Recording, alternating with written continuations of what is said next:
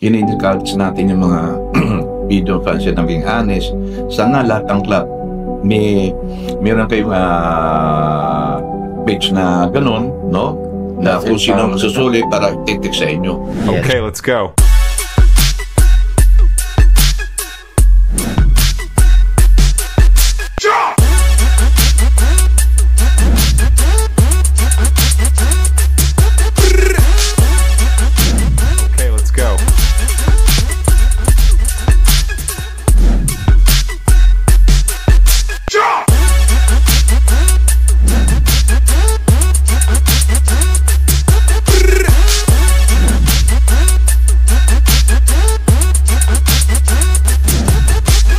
Master, mga ka-advance hobbies, welcome to Pigeon Talk 1-on-1 and our special guest for today. So ngayon po, ang isa sa pinaka legendary ng PHA, isa sa racing chairman ng PHA, walang iba kundi si Boss Nelson Chua. Hi! Si Nelson Chua ay isa sa pinaka-hinahangaang pangalan sa Philippine Homing Pigeon Association. Isa siyang multi-awarded champion mula Quezon City. Sa dami ng kanyang karanasan, marami na siyang na-inspire na fancier sa pamamagitan ng seminars, interviews at sariling tagumpay sa karera. Sikat din siya sa pagpapakilala ng mga matitinding bloodline, kabilang na ang tanyag na Babaero line. Bilang PHA Racing Chairman, patuloy siyang nangunguna sa pagpapalaganap ng sportsmanship, inobasyon at pagmamahal sa pigeon sport. Hi! Boss, welcome po sa ating podcast. Thank you for inviting me. Thank you. So, I think si Paring Nelson ang pinakamaraming followers sa lahat ng legend o sa lahat ng mga nagkakalapad sa Pilipinas. Walang dadaming pa sa mga followers niya. Pinakamaraming followers yan. Karamihan kasi ng followers ko, sinafollow na niya mga babae. Sa pigeon industry talaga, walang hindi nakakakilala kay Boss Nelson Chua. I think so, pero ang ano ko lang, siguro sa pakikisama. Yes. Mas magaling din sila. Mas magaling siguro makisama, mas mabait lang. Hindi, ang confident sa kanya. Hindi siya tumitingin kung mayaman ka, mahirap ka, maliit ka lang. Lahat pinakisama niya. Yes. Pati mga small lot, gano'n. Yes. Kasi bilang racing chairman, yung ibang member, ibig sa province, no?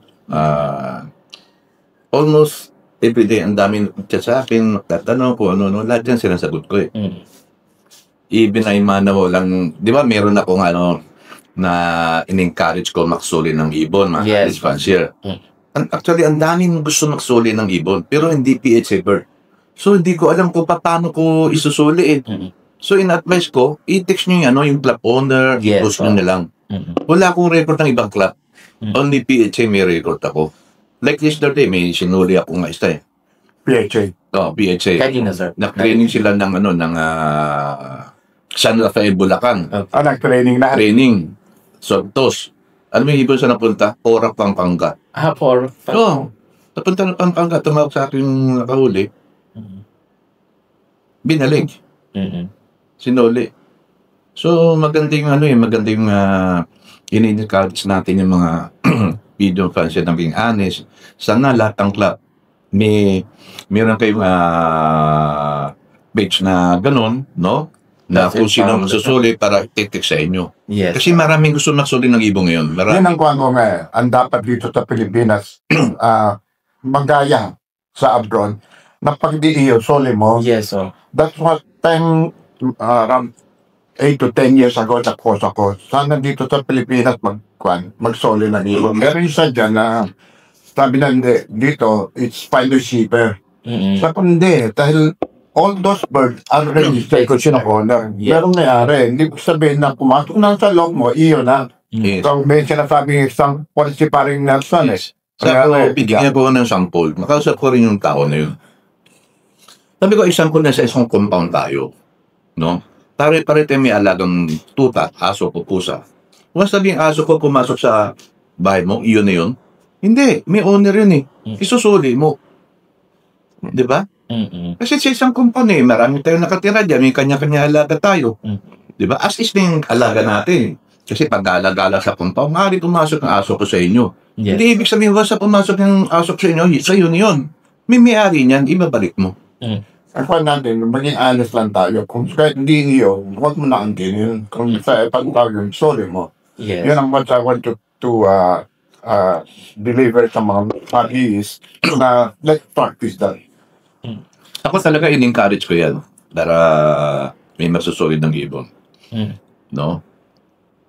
Kasi ano yan once na yung ibon natin, hindi natin malalaman na magaling o hindi, once hindi natin nilipat. Yes, tama po kayo. No? Yeah. So may tendency talagang low-fly natin, may mawala, circus natin, may mawala. Hindi ibig sabihin na nawala yung ibon sa circus natin, bobo. No? Nakataon, may nangyari, nawala. Ilang beses na subok ko na yan. Ilang beses na yung ibon, may mga ibon, I will not mention any name, no?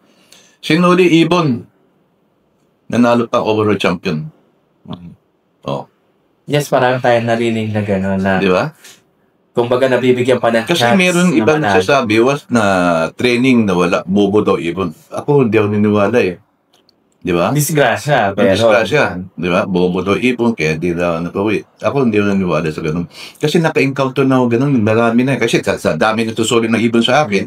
So marami na encounter na. Yung sinuli na ibon, yung pananalo. Kasi sir, pag once na napakawala na natin, lahat pwede mangyari. Yes. Pwedeng matirador, Yes. malambat, Tama. mabaril, di ba? Sa mga predators, mga Yes, target. malawit. So tumukot. So part of the game talaga natin. Yes. Yan. So talagang every now and then, talagang may nawawala. Yeah. Pero, dun sa mga nawawala, may mga bumabalik din naman minsan. Yes. Diba? So, ayun yung sports talaga natin. So, lahat naman ng fanciers nawawalan Yes. Pero, in the end of the day, may mga bumabalik pa naman kahit pa paano. Yung mga nawala ng last year training, makikita po yun, nandiyan na ulit bumabalik, diba? Meron. So, ayun naman yung ano natin. Pero, since ang pigeon industry, so kailangan na talaga natin mag-unite lahat. So, at least kahit pa paano, ma-encourage natin lahat ng mga viewers natin, mga fanciers natin, na kapag hindi sa inyo, pakawalan nyo na lang kung hindi natin ma-detect kung kanino. Kasi uuwi naman yun Uuwi naman yun sa kanilang bahay. Kasi minsan yung ginagawa nila, di ba? Kung nahuli ko yung ibon, lalagay ng love letter, ng letter sa sigsig. Nahuli ko yung ibon po, PM po kapag nakauwi. No. Diba? Kaya nga. So, yun yung nagiging ano natin. So, di ba parang ang gaang sa kalooban natin na napakawalan natin yung ibon na isolin natin yung Yes. Kaya maganda yun, i-encourage natin lahat dyan, no? Solid tayo ng ibon, no? Saka so, naniniwala ka sa good karma. Pag once na, di ba, kumuha ka ng kabutihan sa kapo mo. Kung hindi natin may ma-trace yung owner, no? The best is takwalan na lang. Di ba? Takwalan na lang. Basta ako, lahat ng sa akin dito, may magtitiks bibideo sa akin namin nahuli sila ibon, nasa PHA. May record ako. Ako may record, decoration chairman. Alam po kung kanino. Lahat yan. Kung halimbawa sa'yo, kukontakin ka. Heron, may napuli ng ibon. Di ba? Yes. Sasabihin ko doon sa magsusuli, kayo na mag-usap. Yes. Para diretso na kayo. Di ba?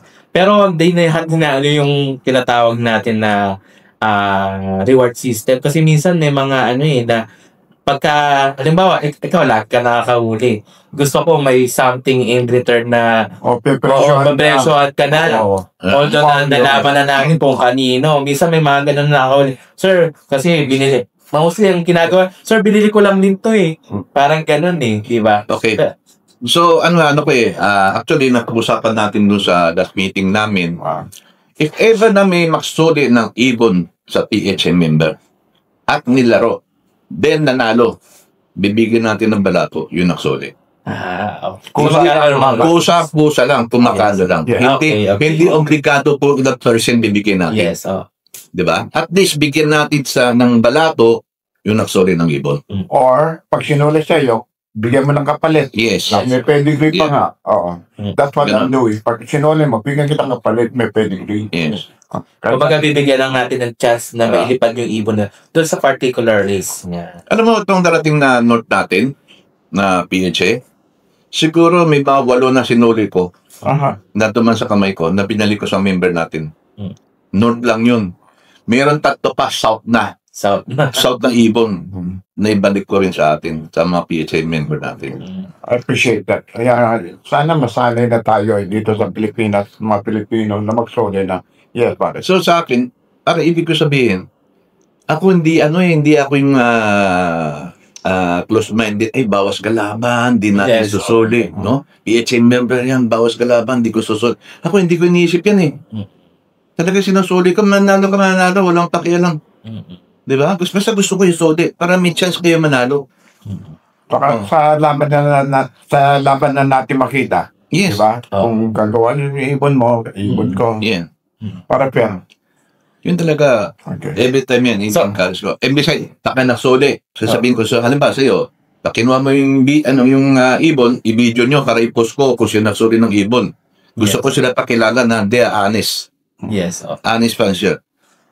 So, Diba? napag-uusapan na natin yung North and South. Kamusta naman po ang team po ninyo North and South sa PHA? Yung North ko ngayon, actually, medyo mahina pa yung ibon ko ng North kasi nung pinapalakas ko na, 2 weeks naman umuulan, nabidin na naman, di ba?